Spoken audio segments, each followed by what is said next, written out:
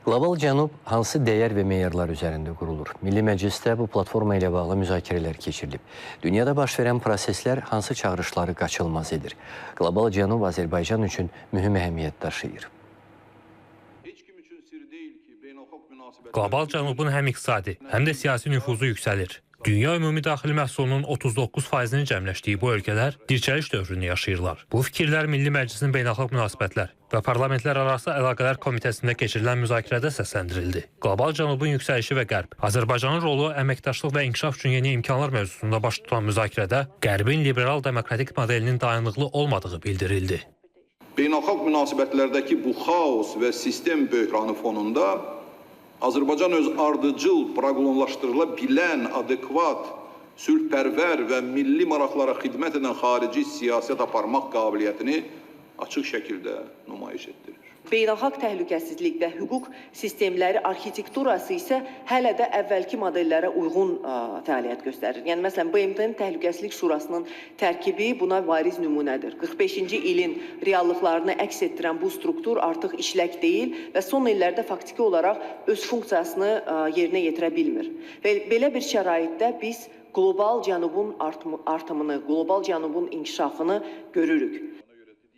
Azərbaycan BMT Təhlükəsizlik Şurasında islahatları dəstəkləyir. Bundan başqa iki qütblü dünyadan çox qütblü dünyaya keçid prosesində regional təşkilatların rolu artacaq. Türk Dövlətləri Təşkilatı buna nümunədir. Rəsmi Bakı BRICS və Şanxay Əməkdaşlıq Təşkilatına üzvlüyü dəyişən reallıqlara uyğun olaraq qiymətləndirəcək. Bu fikirləri Xarici İşlər Nazirinin müavini Yalçın Rəfiyev bildirdi. O, Azərbaycanın Ermənistanla hərbi əməkdaşlıq edən Hindistandan gözləntilərini də açıqladı.